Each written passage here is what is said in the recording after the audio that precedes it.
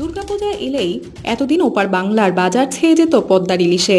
কলকাতার বাবুদের প্রতিটি রান্নাঘরে ভেসে আসতো সরিষা ইলিশের ঘ্রাণ। তবে এবার আর তেমন নাও দেখা যেতে পারে।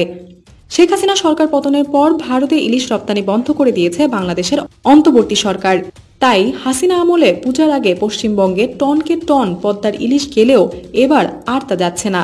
তাই পূজার আগে ভারতের বাজারে ইলিশের ঘাটতি দেখা দিয়েছে এবং এর জেরে হু হু করে বাড়ছে ইলিশের দাম।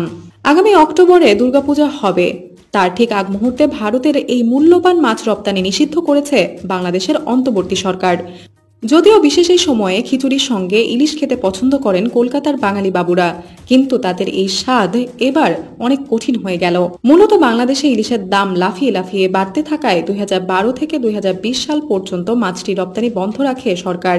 তবে ভারতের জন্য বরাবরই মন খোলা ছিলেন শেখ হাসিনা।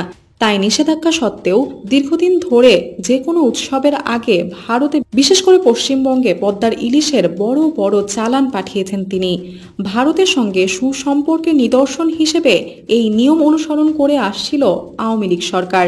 তবে ভারতে ইলিশ রপ্তানির ওপর নিষেধাজ্ঞা আরোপ করে তার এই নীতি থেকে সরে এসেছে নতুন সরকার। ভারতে ইলিশ রপ্তানির বিষয়ে বাংলাদেশের মৎস্য ও প্রাণী সম্পদ মন্ত্রণালয়ের উপদেষ্টা ফরিদা আক্তার জানান, দেশের মানুষের জন্য পর্যাপ্ত সরবরাহ নিশ্চিত করতে সরকার এই নিষেধাজ্ঞা জারি করেছে। গত সপ্তাহে তিনি বলেন, যদি আমাদের নিজেদের মানুষ ইলিশ কিনতে না পারে তাহলে আমরা ইলিশ রপ্তানি করার অনুমতি দিতে পারি না।